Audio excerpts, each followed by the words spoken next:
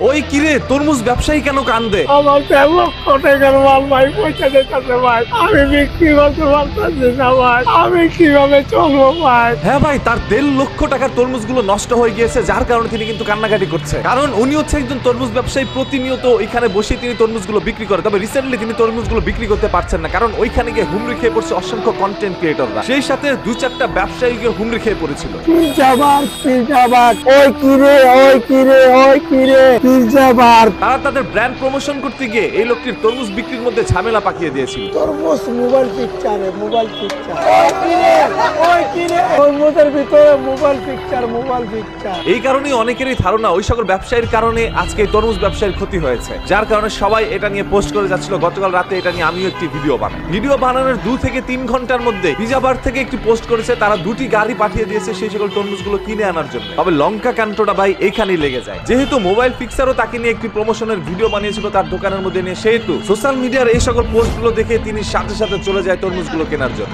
১,০০০ KG তরমুজ কিনে নিয়ে আসে মোবাইল ফিক্সারের অনার। অন্যদিকে পিজ্জা বার ১১৬৭ কেজি তরমুজ কিনে নিয়ে আসে। যাই হোক, গতকাল রাত থেকেই মোবাইল ফিক্সার একদিকে পোস্ট করেছে তরমুজ ব্যবসায়ীর সকল তরমুজগুলো আমরা কিনে নিয়ে আসছি, অন্যদিকে পিজ্জা বার পোস্ট করেছে সকল তরমুজগুলো আমরা কিনে নিয়ে আসছি। এক হচ্ছে তাকে নিয়ে তারা ব্র্যান্ড প্রমোশন করছে, অন্যদিকে আবার তরমুজগুলো কিনে কিন্তু তারা তাকে উপকারও করছে। এখন তরমুজ ব্যবসায় লাভ লস দুইটাই হয়েছে তাদের মাধ্যমে, দোষারোপ আমরা কাউকেই দিতে পারি। যেহেতু ১.৫ লক্ষ টাকার তরমুজগুলো পচে যাচ্ছিল, এমন তো অবস্থায় গিয়ে তারা তরমুজগুলো কিনে নিয়ে আসছে, সেহেতু তাদেরকে আমরা সবাই সাধুবাদ জানাই। তবে যেহেতু লঙ্কা কাণ্ড লেগেই গিয়েছে, সেহেতু এটা তো শেষ হবে না। মিডিয়া পাড়ায় তরমুজ ব্যবসায়ী রনি ভাই কিনে টানাটানি লেগে পড়ছে। অসংখ্য মুভি ডিরেক্টররা এখন তাকে খুঁজে বেড়াচ্ছে, তাকে নিয়ে একটি মুভিও বানাতে হতে পারে। মুভির নাম হচ্ছে ওই কিরে, ওই কিরে, ওই কিরে। এই সকল কাণ্ডগুলো ঘটার পরে কিন্তু মধুকে আর খুঁজে পাওয়া যাচ্ছে না, মানে রনি ভাইকে আর খুঁজে পাওয়া যাচ্ছে না। ওই কিরে কিরে করে সবাই খুঁজে বেড়াচ্ছে, তবে রনি ভাই এখন অসুস্থ।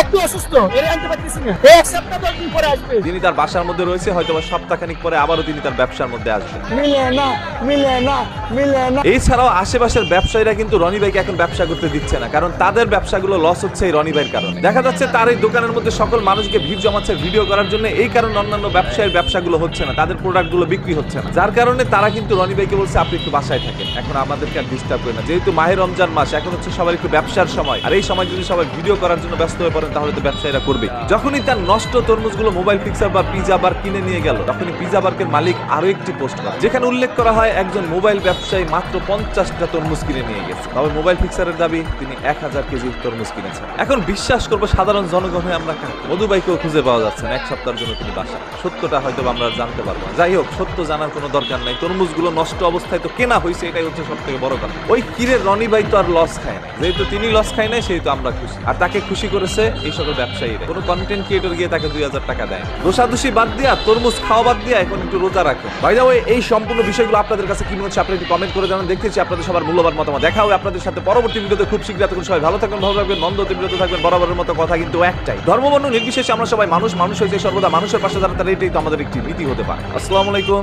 আল্লাহ হাফেজ।